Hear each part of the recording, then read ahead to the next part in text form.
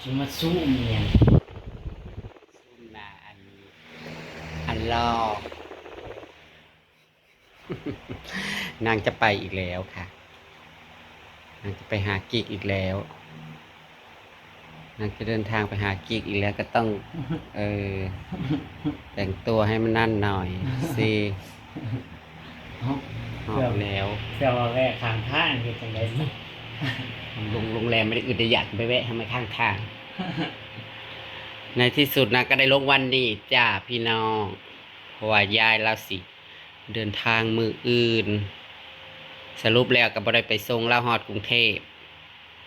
เพราะว่าเพิ่นมีรถแบบมีหมู่มีเพื่อน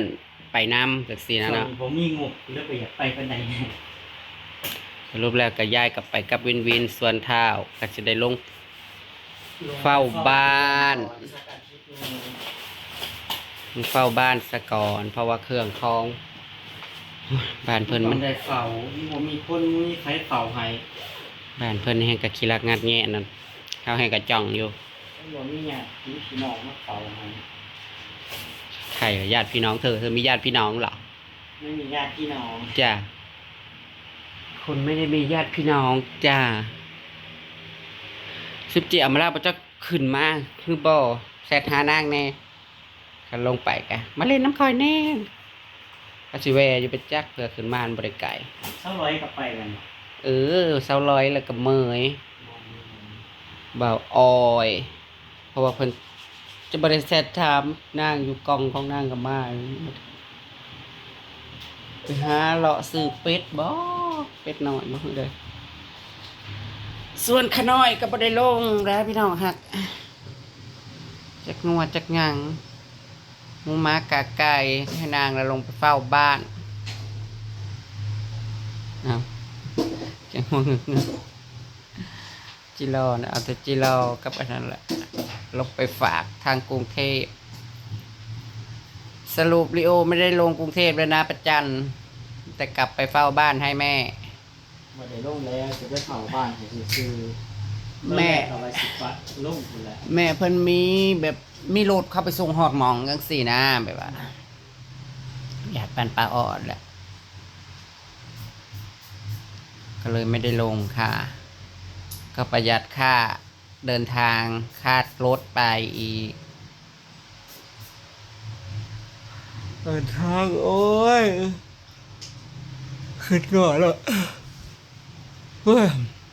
ใครแต่ฝนมันบ่ตกแล้วพี่น้องเลยอยากคนทำอยู่ นั่นแหละฝ้าวลง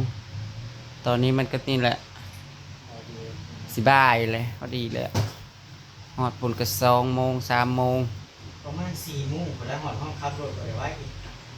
จะไปแว่ใส่4 โมง 5 โมงขี่รถมาไว้3 โมงมันก็ฮอดแหละเจ้าก็เคยลงบ่แม่นบ่เคยก็ค่อยขี่รถ2 ชั่วโมงเท่านั้นค่อยเฮ็ดกะฮู้ดีมันสิว่า4 ชั่วโมงหาตายหยังเจ้าบ่ได้พากรถคือข่อยสิพากหาตายหยัง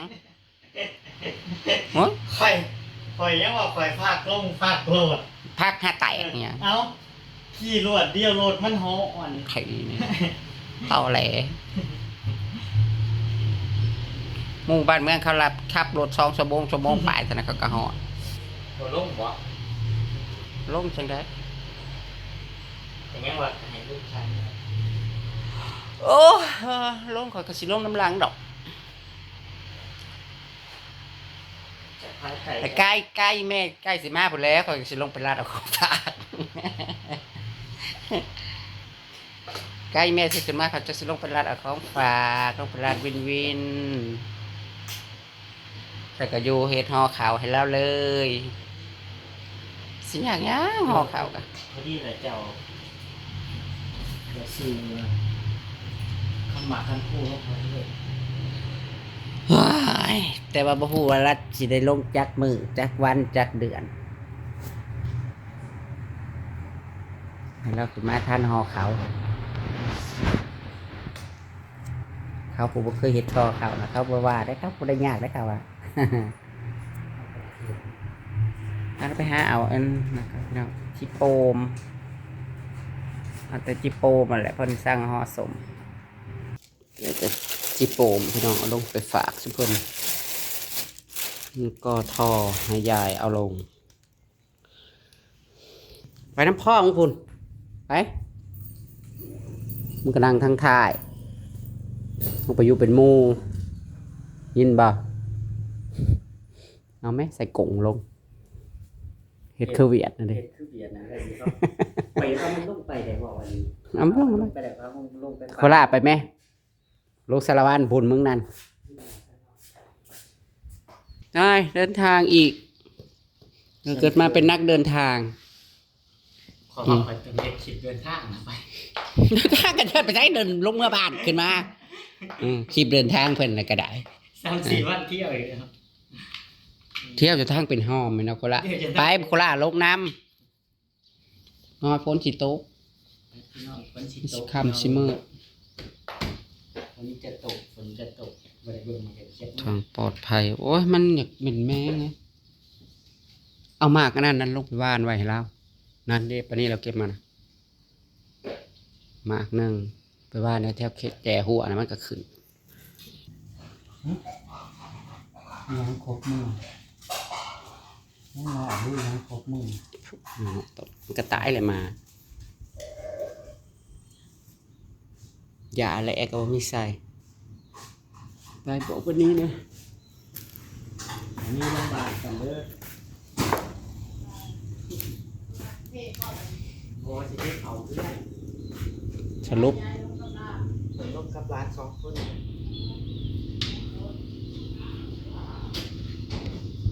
เจ้าไปเฮ็ดฮอดใส่กายเดินทางปลอดภัยเนาะโคละ16เขาว่าวันที่เท่าไหร่20ปลายผมยังบ่ทันโคละมาไหมมาเดิมท่านได้กินบ่กินกระดูกเลยเด้อิ๊ชเลิกมันเป็นหยัง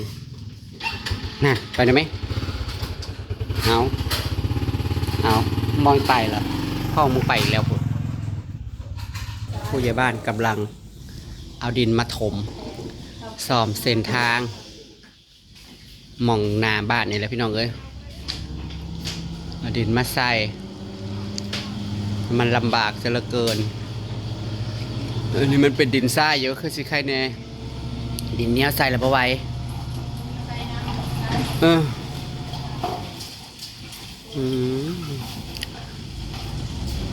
หินทรายหรือหินกับบ่อยากลายคันแบบว่ามีหินใส่เนี่ยคือสิโอเคอยู่ส่อมไปน้ำจ้ะซุ่มอันทางลาดยางกับวัดแทกวัดแต่น้องบัวฮอดปากซองฮอดน้องบัวนะว่าเดือน11จะมาจริง1,000%10,000%ว่ะมาซะแน่ไปมาสะดวกในเขาเมืองมันลำบากเลยปีหลายฝ่าหลายปีเลยเนาะพี่น้องอันนี้ก็คือซ้อมแต่นี่ละมองนี่ละมันลำบากแห้งยามฝนตกเด็กสิลงหาเธอเถ่าคนจะนั่งชวนไปเก็บบักกะบกอะไรว่าลงมาเก็บบักกะบกเผาว่าลงมาเผาว่าไปเลยจนกลับมาปาดอะไรเนี่ยทำไมแปลนเติดแปลนเติดค่ะเหลือแต่กออ้อยซอย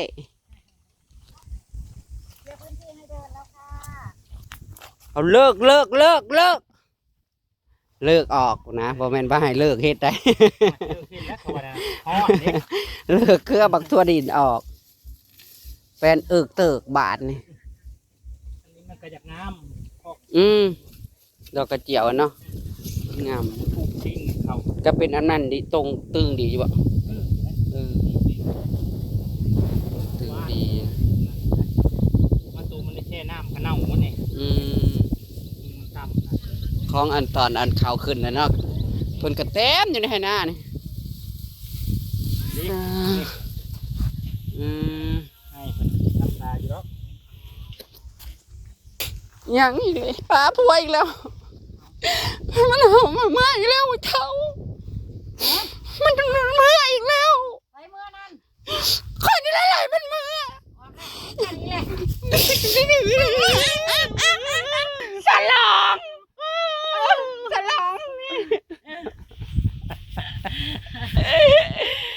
ข้างทางใจนางจะเมื่อเฝ้าบ้านแล้วจ้าเมื่อวานได้จักกิโลใส่อันนั้นไปเก็บน่ะนี่ นั่นล่ะเก็บได้หลายแล้วมาเทใส่ให้ขอว่าเลยนะขอว่าบ่คิดเป้านี่นะเร็วกันไปอยู่ป้า ยังอีกเลยไปน้ำกัน2 คนก็เร็วกัน เร็วนี่ได้เก็บได้หลายแล้วจริงสิไปเก็บมังน้ำโป่งพุ่นน่ะอีเทจ้าใช่บ่แล้วบ่ได้มังน้ำโป่งจักหน่วย แพนเนี่ยให้เจียวถือบ่คือว่าอะไร เพราะว่าเขาปลูกหลายๆนะเขาบ่ได้มีไป งัวกินมันคือคนกิน คนมันบ่แม่นคน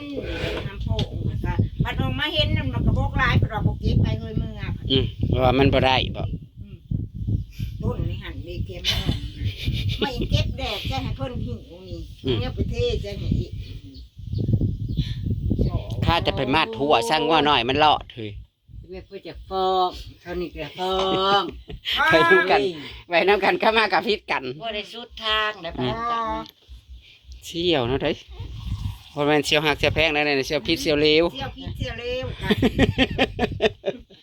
เที่ยวบ่ฮักบ่ฮอมนะแล้วมาให้เที่ยวนะชื่อ เพลงเพิ่นนั่นได้ก็บ่เพลงพระเจ้าให้ เอาให้ดื้อ เออ เอาให้นะเอาให้ดื้อได้ไม่ได้เอาให้เอามาเฮือน ดื้อยังก็ได้ว่าถือบักบกเนาะหนักเขี้ยที่เสีย นางน่ะว่าลงมาไปเก็บบักกะบกเพราะว่าลงมาปฏิเพิ่นมาเลยเอากระผ้ากินตะบ้าบาทนี่สาลาด ตัวเด่นมัน เก็บตัวดินต้มกินนั่นนะได้ซื้อเลขยังกี่สี โอ้ยหลายอันพันยางจะฟันหยัง รุ่นเลขไปเลยบ่ได้ฟันนะอันคนมีแต่คิดแต่ว่าจะซื้อเลขเชื่อยัน แนวนะว่าแนวบ่ม่วน เสือเดี๋ยวนี้ ว้าวเนี่ยบ่ม่วน เสือ จะคือบ่ซื้อจะคือเพิ่นบ่ซื้อ บ่ให้มันออกไปซะ แนวนั้นแหละคันเว้าอย่าให้มันออกว่าเดี๋ยวนี้ ก็บ่ได้ซื้อ บอกค่ะบ่ได้ซื้อบอก มันจักโมงแล้วอันนี้นะอีกเสื้อก็064686หักบ่ทันปิดดอกเว้าหลายแล้วก็หลายได้นี่นะ มาเว้าให้คืดอีกเด้นี่ บ่ นะ บ่ต้องซื้อก็อย่าคอยคิดว่า มันง่วงว้าอีกคนถ้ารุ่นห้วยกันแล้วพี่น้องเอ้ย จ้า เดี๋ยวจังปิดบากอันตะดิน ตามคลิปหน้าก็แล้วกันจ้ะลิโอกับเมื่อบ้านอีกแล้ว สวัสดีจ้า เมื่อเฝ้าเฮือนให้แม่ที่แรกว่าสิลงไปส่งเข้ากรุงเทพผัด มันมีรถเขาส่งฮอดหม่องเด้ รถเมาด้วย บ่แม่นว่าเมามันก็รถอันนี้เหรอทางพี่น้องป้าอ้อจ้ะนะ เจ้าไปก็เจ้ามาอยู่ ก็เลยว่าลงไปเฝ้าเฮือนให้แล้ว ก็แม่นเลยปลาเงินปลาก็บ่แม่นอันดีเลย